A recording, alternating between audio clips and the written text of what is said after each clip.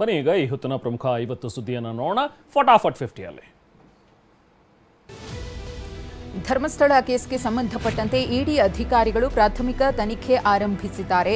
ಎನ್ಜಿಒಗಳಿಂದ funding ಆಗಿದೆಯಾ ಎಂಬ ಅನುಮಾನದಿಂದಾಗಿ 5 ವರ್ಷಗಳ ವಹಿವಾಟಿನ ಬಗ್ಗೆ ಮಾಹಿತಿಯನ್ನು ನೀಡುವಂತೆ ಪತ್ರ ಬರೆಯಲಾಗಿದೆ. ಒಡನಾಡಿ ಸಂವಾದ ಸಂಸ್ಥೆಗಳ ಬ್ಯಾಂಕ್ ಖಾತೆಗೆ ಸಂಬಂಧಪಟ್ಟಂತೆ ಮಾಹಿತಿಯನ್ನು ನೀಡುವಂತೆ ಪತ್ರದಲ್ಲಿ ತಿಳಿಸಲಾಗಿದೆ. ಎಸ್ಐಟಿ ತನಿಖೆ ವೇಳೆ ಜಯಂತ್ ನಿವಾಸದಲ್ಲಿ ಧರ್ಮಸ್ಥಳ ಗ್ರಾಮೀಣಾಭಿವೃದ್ಧಿ ಬ್ಯಾಂಕ್ನ ದಾಖಲೆಗಳು ಪತ್ತೆಯಾಗಿವೆ. ಚಿನ್ನಯ್ಯ ಹೇಳಿಕೆ ಮೇರೆಗೆ ಜಯಂತ್ ನಿವಾಸದಲ್ಲಿ ಮಹಜರು ಮಾಡುತ್ತಿದ್ದ ವೇಳೆ ಕೆಲ ರಿಜಿಸ್ಟರ್ ಪುಸ್ತಕಗಳು ಮತ್ತು ಬ್ಯಾಂಕ್ ದಾಖಲೆಗಳು ಪತ್ತೆಯಾಗಿವೆ. ಸದ್ಯ ಈ ದಾಖಲೆಗಳು ಯಾವುವು ಮತ್ತು ಯಾಕೆ ಪಡೆದಿದ್ರು ಎಂಬುದರ ಬಗ್ಗೆ ಪರಿಶೀಲನೆ ನಡೆಸಲಾಗ್ತಾ ಇದೆ. ಧರ್ಮಸ್ಥಳ ಷಡ್ಯಂತ್ರಕ್ಕೆ ವಿದೇಶಿ ಹಣ ನೆರವು ಆರೋಪವನ್ನು ಕೇಂದ್ರ ಸಚಿವ ಎಚ್.ಡಿ. ಕುಮಾರಸ್ವಾಮಿಯವರು ಗಂಭೀರವಾಗಿ ಪರಿಗಣಿಸಿದ್ದಾರೆ. ಇನ್ನೆರಡು ದಿನಗಳಲ್ಲಿ ಕೇಂದ್ರ ಗೃಹ ಸಚಿವ ಅಮಿತ್ ಶಾ ಅವರನ್ನು ಭೇಟಿ ಮಾಡಲಿದ್ದಾರೆ. ಈಗಾಗಲೇ ಸಂಗ್ರಹಿಸಿರುವ ದಾಖಲೆ ಮತ್ತು ಮಾಹಿತಿಗಳನ್ನು ಅಮಿತ್ ಶಾ ಅವರ ಮುಂದಿಡಲಿದ್ದಾರೆ.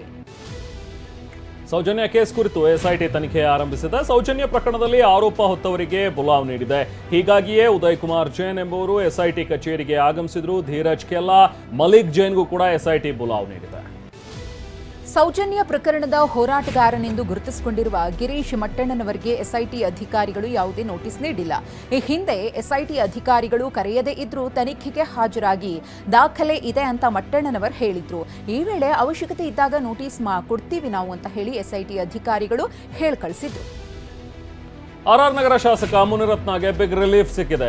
ಆರ್ಎಂಸಿ ಯಾರ್ಡ್ ಪೊಲೀಸ್ ಠಾಣೆಯಲ್ಲಿ ದಾಖಲಾಗಿದ್ದ ಅತ್ಯಾಚಾರ ಪ್ರಕರಣ ಸಂಬಂಧ ಎಸ್ಐಟಿ ಬಿ ರಿಪೋರ್ಟ್ ಸಲ್ಲಿಸಿದೆ. ಸಾಕ್ಷ್ಯ ಕೊರತೆ ಅಂತ ಹೇಳಿ ಎಸ್ಐಟಿ ಕೋರ್ಟ್ಗೆ ಬಿ ರಿಪೋರ್ಟ್ ಸಲ್ಲಿಕೆ ಮಾಡಿದೆ.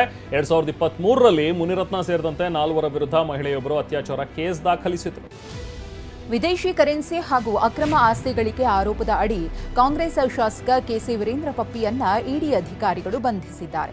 ಆದರೆ ನನ್ನ ಪತಿಯ ಬಂಧನ ಕಾನೂನು ಬಾಹಿರ ಅಂತ ಘೋಷಿಸುವಂತೆ ಕೋರಿ ಪತ್ನಿ ಆರ್ಡಿ ಚೈತ್ರಾ ಅರ್ಜಿ ಸಲ್ಲಿಸಿದ್ದಾರೆ. ಬಂಧನದ ಕಾರಣ ನೀಡಿಲ್ಲವೆಂದು ಪತ್ನಿ ಪರ ವಕೀಲರು ವಾದಿಸಿದ್ರು. ಇನ್ನು ವಾದ ಮಂಡನೆಗೆ ಇಡಿ ಪರ ವಕೀಲರು ಕಾಲಾವಕಾಶ ಕೋರಿರುವುದರಿಂದ ವಿಚಾರಣೆಯನ್ನ ಸೆಪ್ಟೆಂಬರ್ 8ಕ್ಕೆ ಮುಂದೂಡಲಾಗಿದೆ.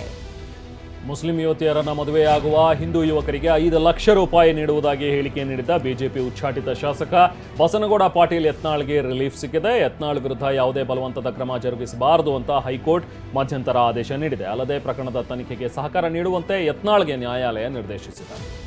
ಹಿರಿಯ ನಟಿ ಭಾರತಿ ವಿಷ್ಣುವರ್ಧನ್ ಮತ್ತು ಅವರ ಅಳಿಯ ಅನಿರುದ್ಧ್ ಅವರು ಮುಖ್ಯಮಂತ್ರಿ ಸಿದ್ದರಾಮಯ್ಯನವರನ್ನ ಭೇಟಿ ಮಾಡಿದ್ದಾರೆ. ವಿಷ್ಣುವರ್ಧನ್ ಅವರ ಸ್ಮಾರಕ ನಿರ್ಮಿಸಲು ಅಭಿಮಾನ್ ಸ್ಟುಡಿಯೋದಲ್ಲಿ 10 ಗುಂಟೆ ಮೀಸಲಿಡುವಂತೆ ಮನವಿ ಮಾಡಿಕೊಂಡಿದ್ದಾರೆ. ಇತ್ತೀಚೆಗಷ್ಟೇ ಸರ್ಕಾರವು ಬಾಲಕೃಷ್ಣ ಕುಟುಂಬದ ವಶದಲ್ಲಿದ್ದ ಜಾಗವನ್ನು ವಶಪಡಿಸಿಕೊಂಡಿತ್ತು. ಹಾಸನ ಜಿಲ್ಲೆಯ ಪಶ್ಚಿಮ ಘಟ್ಟದಲ್ಲಿ ಭಾರೀ ಮಳೆಯಿಂದಾಗಿ ಭೂಕುಸಿತ ಉಂಟಾಗಿದೆ. ಸಕಲೇಶಪುರ ತಾಲೂಕಿನ ಬಿಸಿಲೆ ಘಾಟ್ ಬಳಿಯ ಅಡ್ಡಹೊಳೆ ಸಮೀಪ ರಸ್ತೆ ಭೂಕುಸಿತಕ್ಕೆ ಒಳಗಾಗಿದೆ. ಭಾರೀ ಪ್ರಮಾಣದ ಮಣ್ಣು ಕುಸಿದಿರುವುದರಿಂದ ರಾಜ್ಯ ಹೆದ್ದಾರಿ 85ರಲ್ಲಿ ವಾಹನ ಸಂಚಾರವನ್ನು ಸಂಪೂರ್ಣವಾಗಿ ಬಂದ್ ಮಾಡಲಾಗಿದೆ. ಕೊಡಗು ಜಿಲ್ಲೆಯಾದ್ಯಂತ ಕೈಲ್ಪೋದ್ ಹಬ್ಬದ ಸಂಭ್ರಮಕ್ಕೆ ಮಳೆ ಅಡ್ಡಿಯಾಗಿದೆ. ನಿನ್ನೆಯಿಂದ ಎಡೆಬಿಡದೆ ಮಳೆ ಸುರಿತಾ ಇದ್ದು ಹಬ್ಬದ ಸಂಭ್ರಮಕ್ಕೆ ತಣ್ಣೀರೆರಚಿದೆ. ಹಬ್ಬದ ನಿಮಿತ್ತ ಆಯೋಜಿಸಲಾಗಿದ್ದ ಗ್ರಾಮೀಣ ಕ್ರೀಡಾಕೂಟಕ್ಕೂ ಕೂಡ ಮಳೆ ಅಡ್ಡಿಪಡಿಸಿದೆ. ಭೂಕಂಪ ಪೀಡಿತ ಅಫ್ಘಾನಿಸ್ತಾನಕ್ಕೆ ಭಾರತ ನೆರವಿನ ಹಸ್ತ ಚಾಚಿದೆ. 21 ಟನ್ಗಳ ವಸ್ತುಗಳನ್ನು ಕಾಬೂಲ್ಗೆ ರವಾನೆ ಮಾಡಿದೆ. ಹೊದಿಕೆ ಕಿಟ್, ನೀರು ಸಂಗ್ರಹ ಟ್ಯಾಂಕ್ಗಳು, ಟೆಂಟ್ಗಳು, ಜನರೇಟರ್, ವೀಲ್ಚೇರ್, ಔಷಧಿ ಮತ್ತು ಸುರಕ್ಷತಾ ಕಿಟ್ಗಳನ್ನು ಕಳುಹಿಸಿಕೊಡಲಾಗಿದೆ. ಚಿಕ್ಕಬಳ್ಳಾಪುರದ ಭಾಗ್ಯನಗರ ಪಟ್ಟಣದಲ್ಲಿ ರಸ್ತೆ ದುರಸ್ತಿಗಾಗಿ ವಿನೂತನವಾಗಿ ಪ್ರತಿಭಟನೆ ನಡೆಸಲಾಗಿದೆ. ಪಟ್ಟಣದ ಕೊತ್ತಪಲ್ಲಿ ರಸ್ತೆಯಲ್ಲಿ ಪೈರು ನಾಟಿ ಮಾಡಿ ಆಕ್ರೋಶವನ್ನ ವ್ಯಕ್ತಪಡಿಸಿದ್ದಾರೆ. ಮಳೆಯಿಂದಾಗಿ ರಸ್ತೆ ಕೆರೆಯಂತಾಗಿದೆ. ಟಿವಿ9ನ ಏನ್ ರೋಡ್ ಗುರು ಅಭಿಯಾನದ ಬಿಗ್ ಇಂಪ್ಯಾಕ್ಟ್ ಒಂದಾಗಿದೆ. ಟಿವಿ9 ನಿರಂತರ ವರದಿಯಿಂದ ಎಚ್ಚೆತ್ತ ಗ್ರೇಟರ್ ಬೆಂಗಳೂರು ಪ್ರಾಧಿಕಾರ ರಸ್ತೆ ಗುಂಡಿ ಮುಚ್ಚುವ ಕಾರ್ಯಕ್ಕೆ ಕೊನೆಗೂ ಮುಂದಾಗಿದೆ. ಉತ್ತರ ಕನ್ನಡ ಜಿಲ್ಲೆಯ ಭಟ್ಕಳದಲ್ಲಿ ನಿಷೇಧಿತ ಇ ಸಿಗರೆಟ್ ಮಾಫಿಯಾ ಜೋರಾಗಿದೆ. ಭಟ್ಕಳ ನಗರದ ಹೂವಿನ ಚೌಕ್ ಬಳಿ ಟೌನ್ ಸೆಂಟರ್ನಲ್ಲಿರುವಂತಹ ರಿಮ್ಸ್ ಅಂಗಡಿಗೆ ಪೊಲೀಸರು ಇವತ್ತು ದಾಳಿ ಮಾಡಿ ಅಪಾರ ಪ್ರಮಾಣದ ವಸ್ತುಗಳನ್ನು ಸೀಸ್ ಮಾಡಿದ್ದಾರೆ.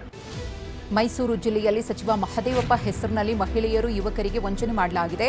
ನರಸೀಪುರ ತಾಲೂಕಿನ ಕೊಳತ್ತೂರು ಗ್ರಾಮದ ನಿವಾಸಿ ಜ್ಯೋತಿ ವಿರುದ್ಧ ವಂಚನೆಯ ಆರೋಪ ಕೇಳಿಬಂದಿದೆ. ಚಿಕ್ಕಬಳ್ಳಾಪುರದಲ್ಲಿ ಮನೆಯಲ್ಲಿದ್ದವರು ಇದ್ರೂ ಕಳ್ಳರು ಕೈಚಳಕ ತೋರಿದ್ದಾರೆ. ಚಾಮರಾಜಪೇಟೆಯ ಉತ್ತಮ್ ಎಂಬುವರ ಮನೆಗೆ ಕನ್ನ ಹಾಕಿ 85,000 ರೂಪಾಯಿ ನಗದು, 25 ಗ್ರಾಂ ಚಿನ್ನಾಭರಣ ಕಳವು ಮಾಡಿದ್ದಾರೆ. ಮಳೆಯಿಂದಾಗಿ ಗದಗದ ಜಿಮ್ಸ್ ಅಧ್ವಾನವಾಗಿದೆ. ಮಳೆ ನೀರು ಸೋರಿಕೆಯಿಂದಾಗಿ ಹೆರಿಗೆ ವಾರ್ಡ್ನ ಹಾಸಿಗೆಗಳು ತೊಯ್ದು ಹೋಗಿವೆ. ಫ್ಯಾನ್ ಅಳವಡಿಸಿರೋ ಜಾಗದಿಂದ ನೀರು ಸೋರಿಕೆಯಾಗ್ತಾ ಇದ್ದು ಬಾಣಂತಿಯರು ಪರದಾಡುವಂತಾಗಿದೆ. ಗಡಿ ಜಿಲ್ಲೆ ಚಾಮರಾಜನಗರದ ಹನೂರು ತಾಲೂಕಿನಲ್ಲಿ ಸರ್ಕಾರಿ ಶಾಲೆ ಅಧ್ವಾನಗೊಂಡಿದೆ. ಹೂಗ್ಯಂನ ಅಂಚೆಪಾಳ್ಯದ ಸರ್ಕಾರಿ ಕಿರಿಯ ಪ್ರಾಥಮಿಕ ಶಾಲೆ ಕಟ್ಟಡ ಕುಸಿದು ಬೀಳುವ ಹಂತದಲ್ಲಿದೆ. ಚಿನ್ನಸ್ವಾಮಿ ಕ್ರೀಡಾಂಗಣದ ಬಳಿ 11 ಮಂದಿ ಸಾವು ಪ್ರಕರಣ ನಡೆದ 3 ತಿಂಗಳ ಬಳಿಕ ಆರ್ಸಿಬಿ ಸ್ಟಾರ್ ಆಟಗಾರ ವಿರಾಟ್ ಕೊಹ್ಲಿ ಮರುಕ ವ್ಯಕ್ತಪಡಿಸಿದ್ದಾರೆ. ಆರ್ಸಿಬಿ ಸೋಷಿಯಲ್ ಮೀಡಿಯಾ ಪೇಜ್ನಲ್ಲಿ ಭಾವುಕ ಸಂದೇಶವನ್ನು ಇವಾಗ ಹಾಕಿದ್ದಾರೆ. ಸ್ಯಾಂಡಲ್ವುಡ್ ನಟಿ ಭಾವನಾ ರಾಮಣ್ಣ ಶೀಘ್ರದಲ್ಲೇ ತಾಯಿಯಾಗಲಿದ್ದಾರೆ. ಐವಿಎಫ್ ಮೂಲಕ ಅವಳಿ ಮಕ್ಕಳಿಗೆ ಜನ್ಮ ಕೊಡಲಿದ್ದಾರೆ. ಕೆಲ ದಿನಗಳ ಹಿಂದೆಯಷ್ಟೇ ಭಾವನಾ ಸೀಮಂತವನ್ನು ಮಾಡಿಕೊಂಡಿದ್ರು. ಇದೀಗ ಸೀಮಂತದ ವಿಡಿಯೋವನ್ನು ಹಂಚಿಕೊಂಡಿದ್ದಾರೆ.